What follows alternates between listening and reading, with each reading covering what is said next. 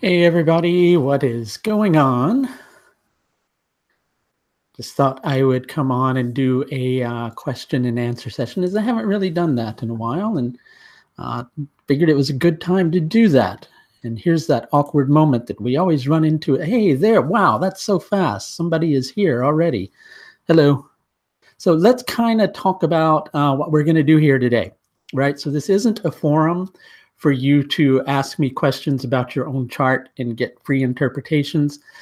Basically, you just telling me 2 or 3 chart details about your chart, it's just going to lead to me giving you an inaccurate assertion about your horoscope.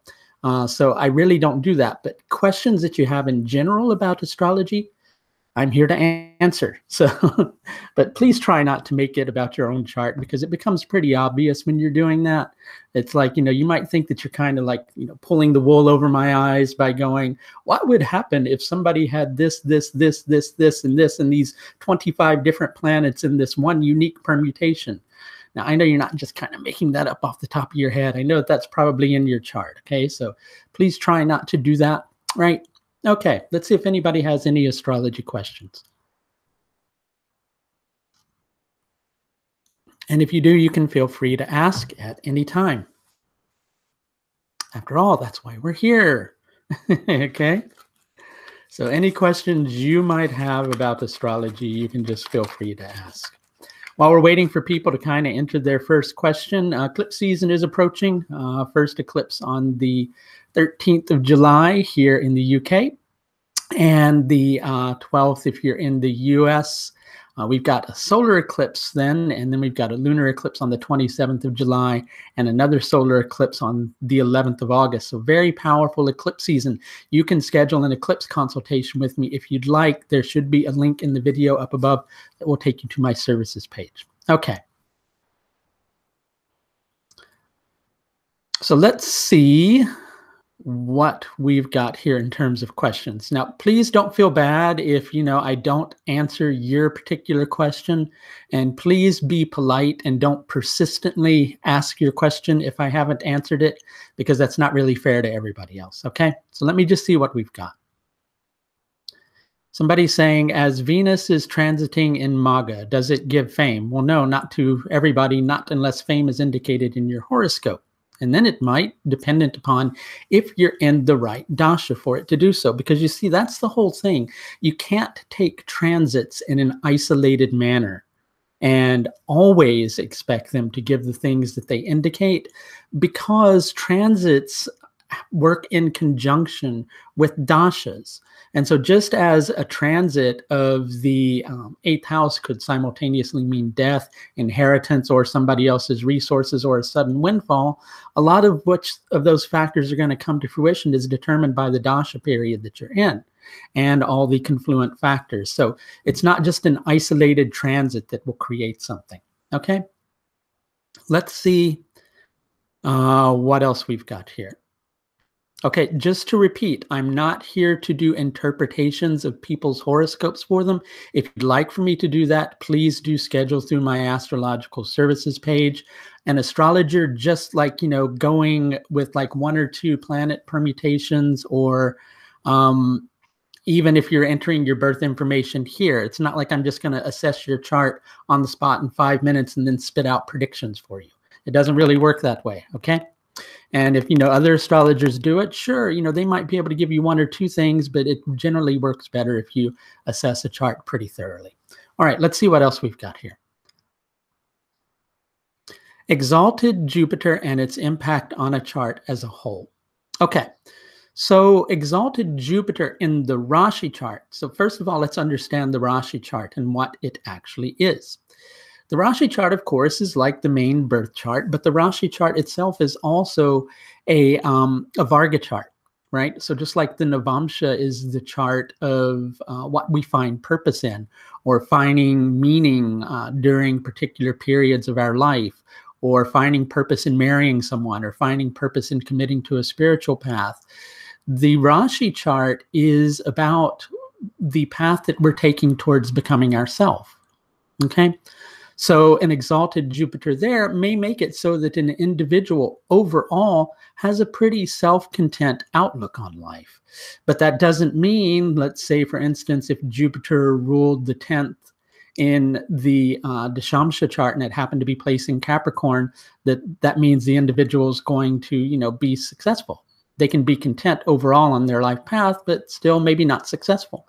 So you have to take every Varga chart in context of the purpose that it was intended for. Same with the Rashi chart too. Okay, let's see what else we've got. Please feel free to ask as many questions as you like. That's what we're here for, but please steer away from asking charts about your own particular horoscope. Somebody's asking about an indicator for writer. There are specific techniques that I look at in order to indicate a writer, and they're mainly Jaimini-based techniques. And I'm going to be doing an upcoming Jaimini course, webinar course, and that actually starts in August, and registration is open for that now. So if you are interested in that course, you can register by trimester or by paying for the course in full by following a link up above in the video. So basically, some of the things that create that are, first of all, finding the swamsha, sometimes also called the karakamsha. So it's where your atmakaraka is in the navamsha chart. And if that atmakaraka is in an odd sign, meaning Aries, Gemini, Leo, Libra, Sagittarius, Aquarius, then you count forward from that particular spot where the atmakaraka is. If it's an even sign, meaning Taurus, Cancer, Virgo, Scorpio, Capricorn, or Pisces, you count backwards. And what you're doing is you're looking for planets in the 2nd, the 3rd, and the 5th from your atmakaraka in the navamsha chart, okay? And you do the same in the Rashi chart, but you take a different, so in other words, you wouldn't take the position, at least with the Jaimini theories I work with, you wouldn't take the position from the navamsha chart and transfer that over to the Rashi chart. Instead, you would find a new you'd find the atmakaraka there and just read from that position. So if you have in the 2nd, 3rd, or 5th, like Jupiter and a waxing moon, and that's shown in both the navamsha chart and equally in the Rashi chart, then there are some good indications that a person might be a writer.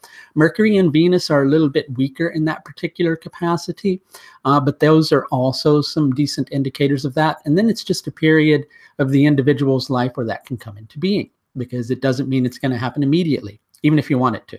Okay. All right. So let's see what else we've got.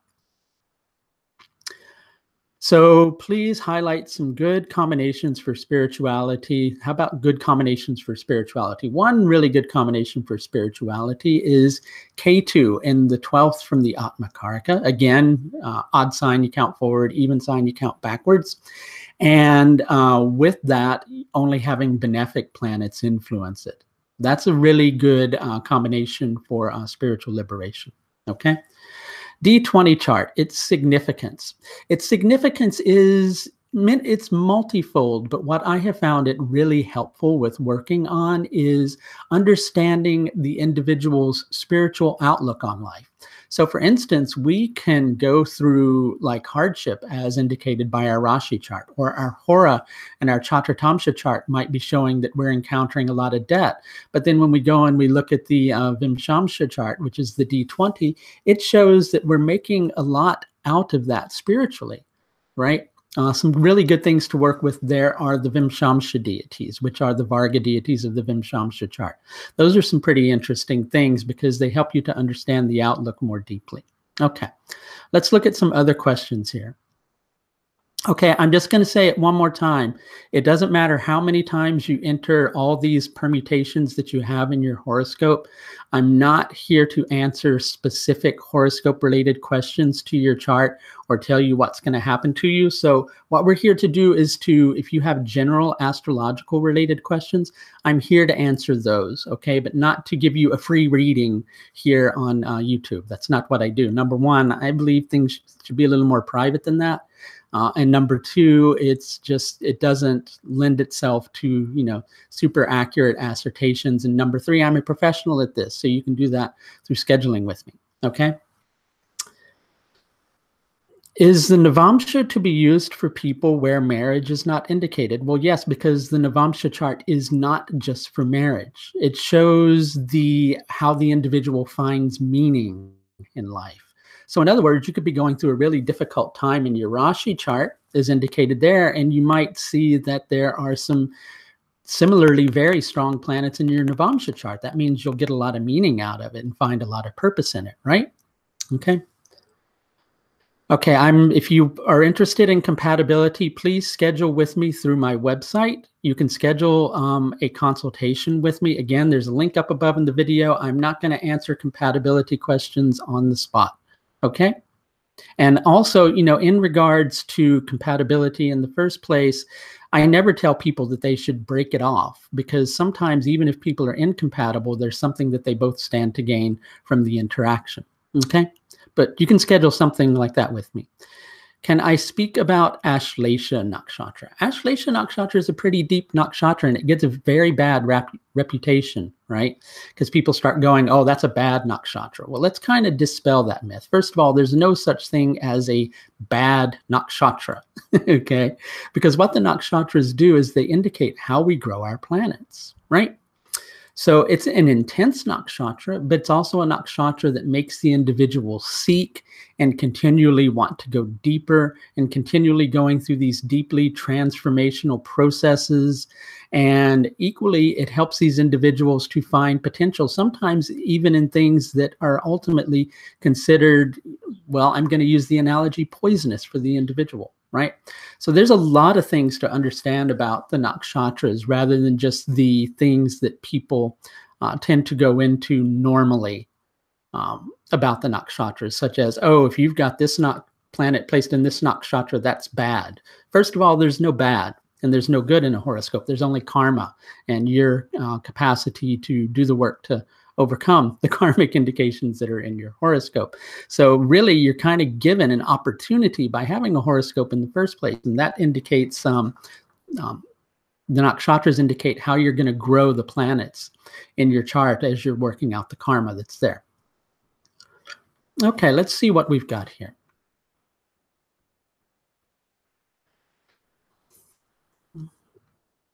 The D3 chart. Let's talk about the Drekana chart. The Drekana chart is primarily used to understand siblings, but it's also connected with associates.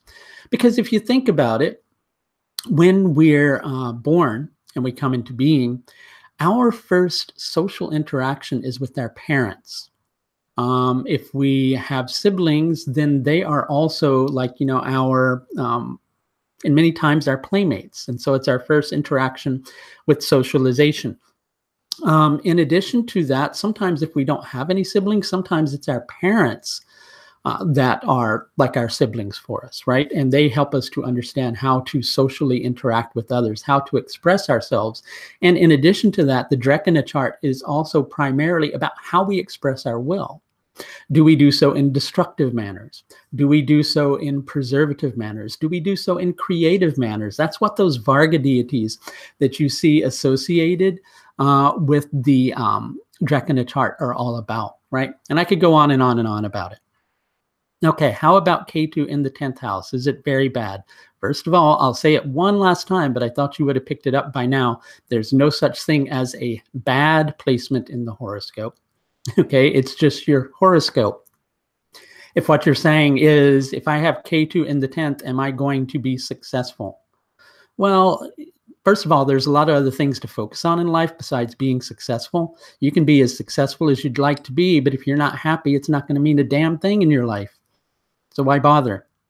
Okay, so really, Ketu in the 10th with Rahu in the 4th is about finding a balance between material enrichment and also emotional enrichment. Okay, let's see what we've got. I could talk about combinations for performing artists and an actor, but that doesn't mean that if you have those combinations in your horoscope that you're going to be that.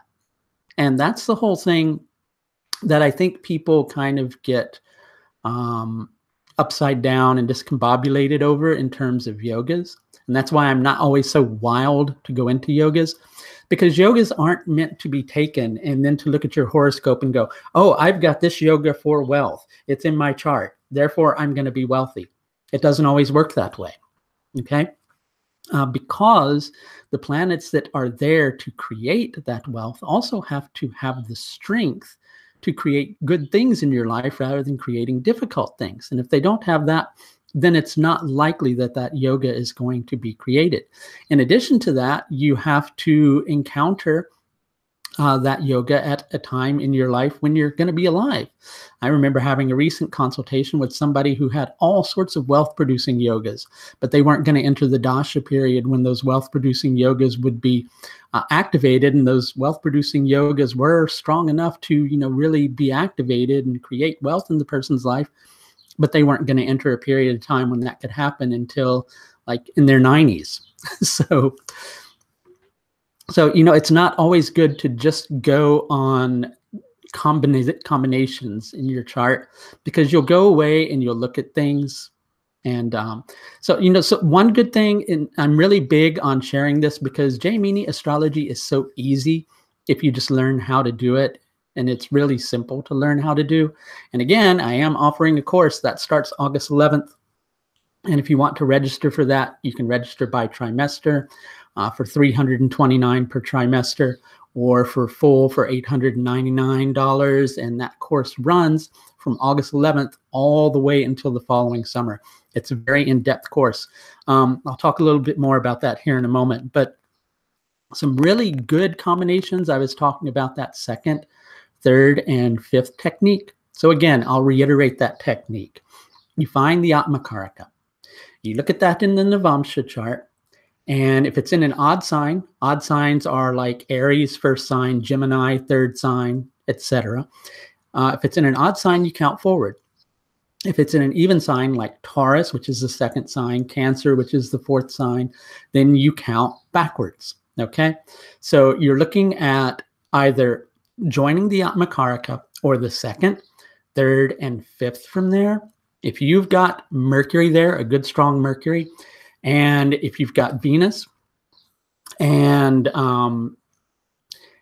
mainly Mercury and Venus. Now, you might be thinking Mercury. Well, Mercury shows the skills that you have to do those things, right? The moon as well, because basically moon and Venus, especially if it's a waxing moon and it's joining the Atmakaraka, they give the capacity to live by the senses or to do a career that's associated with sensory enjoyment. So you're looking for those combinations in the second, third, and fifth from the Atmakaraka. You want them to be strong. Ideally, you want to have them in that position in both the Navamsha chart and in the Rashi chart, okay? How do you say when something gets activated? Well, dashas.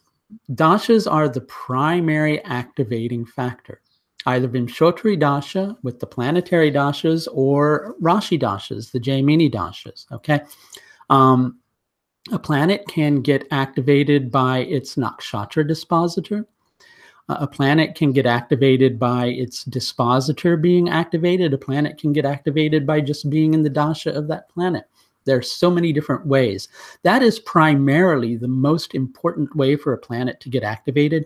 I know people like to look at transits, but a mistake that I find that people make a large percentage of the time is they'll look at transits without looking at the dashas, right? And if you're not in a dasha period that's going to activate that thing that the transit is activating, then it will activate a different quality of that. So what do I mean? I'll repeat it again. So let's say, for instance, that you've got an 8th house transit and you're thinking, oh, that means I'm surely going to get an inheritance, right?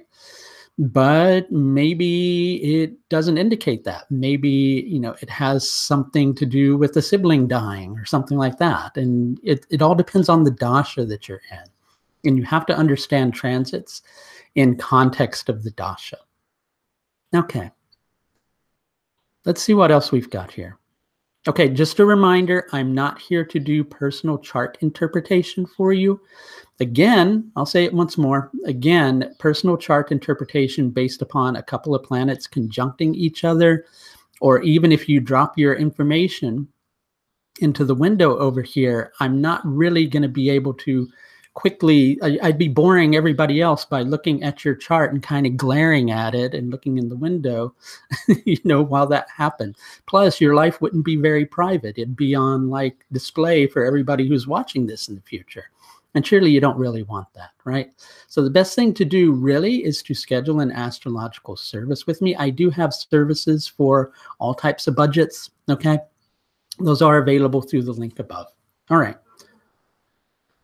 Do I use Nietzsche Banga in divisional charts? I tend to take yogas just from the Rashi chart, and I don't tend to work with them in the divisional charts because the divisional charts really are a division of the Rashi chart. So I have found them to be more applicable in that manner. Any kind of work that makes planet activated. I don't really know what you mean. So maybe you can clarify that question, all right? How to use Navamsha, cross-referencing with the D1 chart, especially with houses and signs, basic stuff. I tend to use Varga charts in a different manner. I don't like, unless I'm doing Jaimini techniques, I don't always go to the Navamsha chart. I know a lot of people like to do that, and I'm not saying that's wrong to do that. It's really just a matter of the techniques that you're working with, really. I use Varga charts for specific Varga-related things. So for instance, if somebody's going, should I go live in an ashram? Well, I'm going to want to look at their Navamsha chart, definitely. And I'm going to want to look at their Vimshamsha chart as well as their Rashi chart. But, in terms of cross-referencing with the D1 chart, we have to understand the D1 chart is your life path, right? So for instance, if you're looking, you can be looking at your D1 chart, and your D1 chart is showing your finances are a primary focus of your life during this particular dasha period. But then you go and you look at your Navamsha chart and it goes, you're going to get married during this period. That may not necessarily show in your Rashi chart. Why? Because you're not really thinking about marriage. You're thinking about earning money because that's your most important primal focus at that time. But as a result of engaging in that path, suddenly you find yourself getting married, right? So you have to understand that Varga charts need to be taken in context. Okay. Talk about waning moons and their significance. Yeah, I can do that. Basically, waning moons tend to bring decay to things, right? Whereas, maybe I should be clearer with that. A waxing moon grows things externally, right? So if you're wanting to grow concrete things in your life, let's say, for instance, that you've got a waxing moon in the 7th house. Well, during the right periods, that can help you to grow relationships, right? Whereas if that's a waning moon, relationships may have a tendency to decay because you're needing to go within yourself in order to subjectively look at the manner in which you approach relationships. So you're growing internally with a waning moon, whereas with the waxing moon, you're growing externally. Okay? I can't necessarily recommend any books for you to learn how to read divisional charts, but I have a full-length video course. If you want to contact me through my website, I can get you information on how to purchase that particular course. It is a few $100s, but it's like over 60 classes in length. So it's like we're talking 90 hours of course time, okay? And that's 90 hours of course video. All right. So let's see what else we've got. Probably here for another 10, 15 minutes. Thank you all for coming here today. Okay. Hey, everybody who's asking questions about their own personal horoscope, please, you're making it difficult for everybody else. And again, if I'm not answering your question, don't repetitively ask it over and over again. It's kind of rude, okay? I know you don't intend to. I know you're just got a lot of things going on and you're wanting to know how that period is going to be. So first of all, you're just telling me a dasha that you're in and you want to know how that's going to be. I don't know a thing about your horoscope, right? I can't tell you that accurately. Okay. And also it's something that should be handled privately rather than in a public forum. Okay, so that's not the purpose for this video. I'm not here to answer questions about your horoscope, okay? All right, let's see what we've got. So somebody's saying if a planet is debilitated in the D60 chart, then is the planet moderate, even if it's strong in other divisional charts? Well, here's a good way to work with that. Let's say, for instance, you're looking at the Rashi chart or any other Varga chart to see if something is going to be created. And you've got an event that you go, really? That could go either way. And it's hard for me to tell. Then if you've got a rectified birth time and you go and you look at the Shastri-Amsha chart and that planet is weak, then that's going to tip the scales in favor of it not happening. Okay? So a planet is still going to be strong within the context of that particular divisional chart, but overall in the individual's life, its strength will be compromised. Okay? Okay, so let's see what we've got. Hey, everybody. One thing I'll tell you about yogas, because a lot of you like to ask questions about yogas, and I kind of said it already, but sometimes it needs repeating because people just pop in here a little bit late. Yogas aren't going to mean anything unless they have this. So in other words, if you have like a wealth-producing yoga, it's not going to mean anything if the planets in your horoscope are not strong enough to actually produce that. Right? And there's a specific way of judging that. And maybe in the future, I'll teach a course on that so I can help people out with that. But I find a lot of times people get bummed out because they have a yoga in their chart and they look forward to the dasha when that yoga gets activated. And then when the good thing that they're hoping to have happen doesn't happen, they get really upset and they're disappointed because they were expecting it to, and they don't understand why it didn't happen. Well, it didn't happen because the planet didn't have the strength to produce the good things in the individual's life. So really, in terms of yogas, I don't like to, kind of go into those too deeply, because otherwise it gets people all excited about configurations in their chart. Okay, so the person who keeps asking about their dasha, please stop, because I'm not going to keep going. I'm not going to answer that, okay? I'm sorry to have to be firm with that. Okay. Spiritual progress, somebody's saying how to find out spiritual progress percentage. Spiritual progress is not a percentage. Really, you have to, first of all, everybody is enlightened. It's just that not everybody is aware of that. Okay? So it's hard to just go, you're this far along on the spiritual path. It's really not a matter of that. And I know some people may like to do things like that, but I think that you're going to find that if you're, some future class, you might get some future lifetime. Sorry, I was looking at what somebody had written down here. You might kind of come back and go, gee, some astrologer told me that I was this far along on this path, and now I'm finding out that I'm not, right? Don't get so caught up on percentages, okay? All right, so let's see what I've got. So somebody is saying, do I believe in planet-specific remedies for difficult dasha periods? I'm going to kind of hold the screen in this place because people are asking some really good questions. I do, but here's the thing.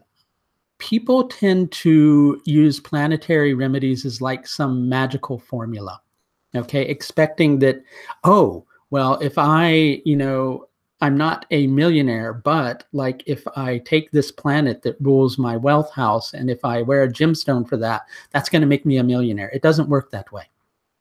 Okay, if planets are weak in your horoscope, and if you don't have permutations or planetary indicators to create something in your life, it's not like you can just, wear a gemstone or do a mantra and that's going to make it all happen.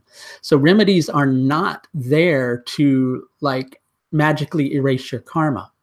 Remedies are there to help you to focus on resolving the karma yourself, right? But our mind wanders. Our mind wanders to other things. And so we need things like mantra or services to do to help us to focus more specifically on resolving that karma. That's how I find basically that working with planetary remedies can be the most effective, is not expecting them to get rid of things in your horoscope for you, but instead to help you to ease your path a little bit by harmonizing you with what's out of harmony. Okay, but that's a good question. So somebody was asking about nakshatras from a medical perspective. There are all sorts of listings in regards to nakshatras and body parts that they're associated with. I have found them to be very accurate, especially working in confluence when you're doing medical astrology using the Rashis and everything.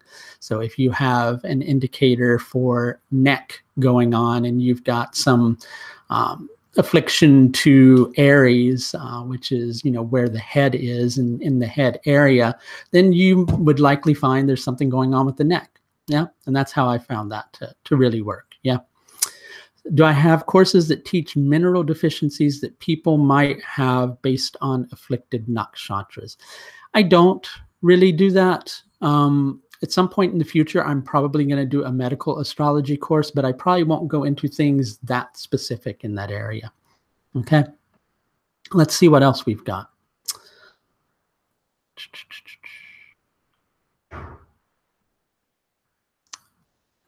Does having a really weak fourth house indicate problems in graduation? Well, if you are in the dasha of that planet, potentially, and if it's also weak in your Sadamsha chart, if the ruler of the fourth is also weak in your Sadamsha chart, then it can indicate that. But you have to look for a lot of different things. How do I configure at what point you are in your life in your birth chart? Can you be a little more specific? I'm not really sure what you're saying. Okay.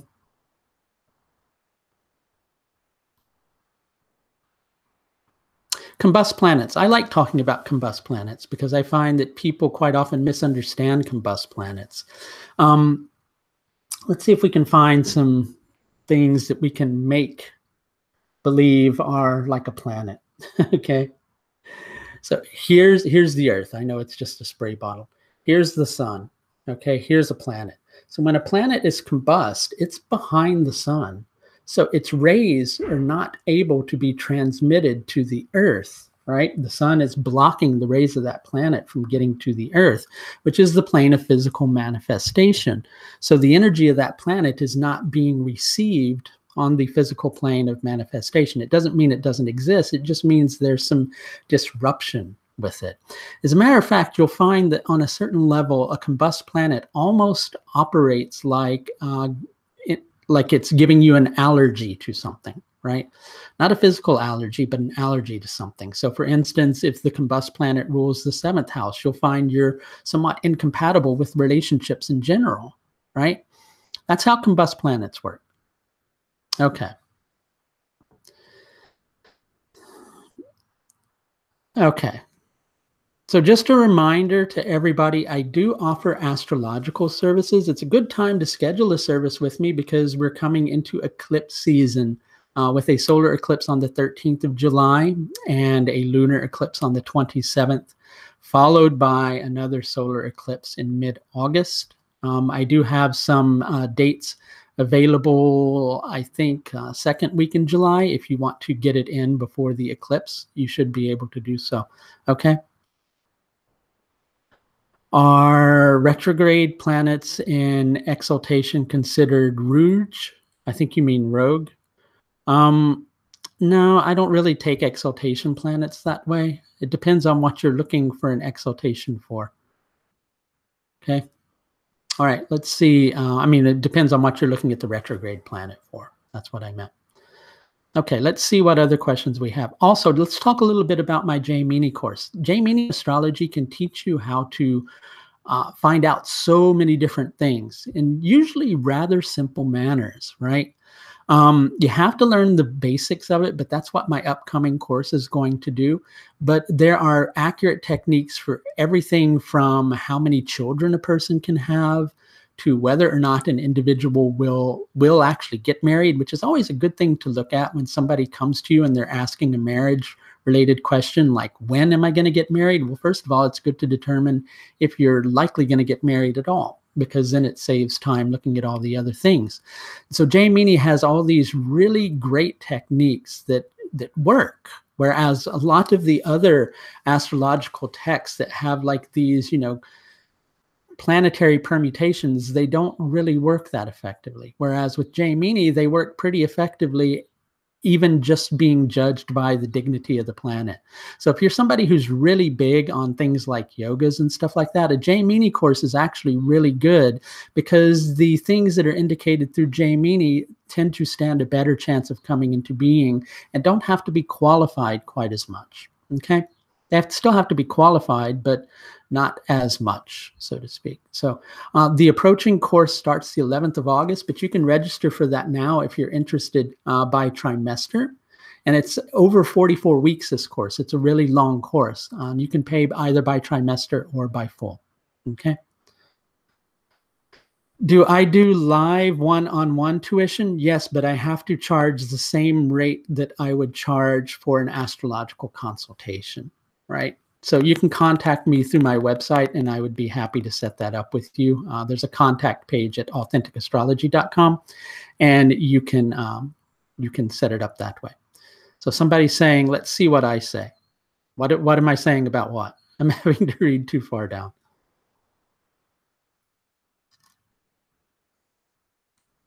So if you're talking about the point that somebody is at on their life path, there are so many permutations for spiritual progress, if that's what a person's talking about.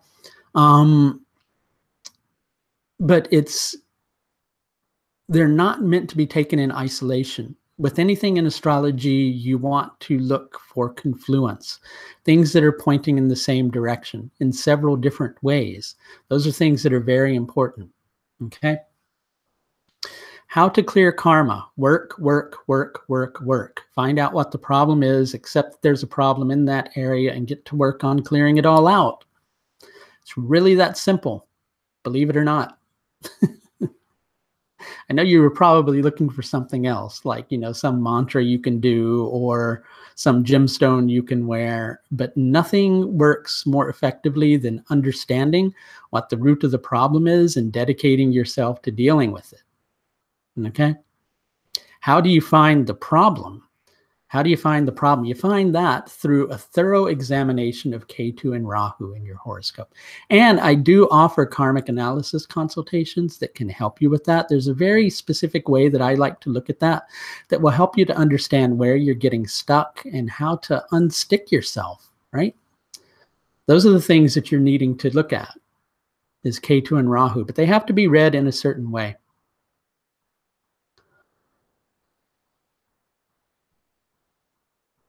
So you mean the best time astrologically to resolve karma? That's kind of a difficult one to answer. Okay. Okay, let's see if we've got a couple more questions. I'm going to have to go here in a minute or two. Let's see if I can find another question or two.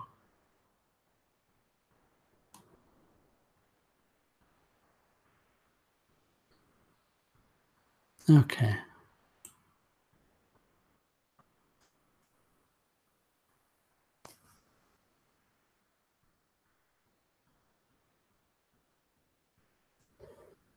That's a good answer, Alfonso. Let's not ask karma what it thinks about us. Okay. All right. So let's see what else we've got here. If there are no planets in Kendra houses, does it make it difficult to create constructive external things? Example given, career in D1, even if 10th Lord is strong. There's a lot of other factors that are there that would mitigate it somewhat, but it wouldn't take it away completely. How do I know astrology to be a science? How do you know you exist? And if you come out with, I think, therefore I am, then what are you when you don't think? Okay? Not everything needs to be scientific. Science doesn't have a solution for everything, right?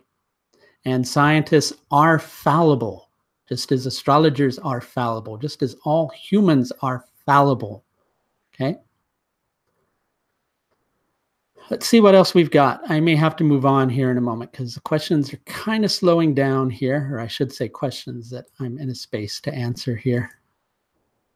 Okay, so if you want to schedule a consultation with me, there is a link up above in the video that'll take you directly to my astrological services page. Good idea to schedule before eclipse time because there's really powerful, like good month coming because we have 2 solar eclipses this eclipse season. We have one on the 13th, and then we have a lunar eclipse on the 27th of July, and then we have another one 11th August.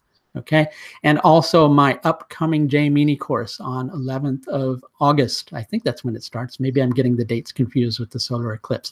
Anyway, you can find that information on my website. I know it starts in August. Okay, so thanks to everybody for coming today, and I hope to really talk to you all soon. Please have a good day. Bye now.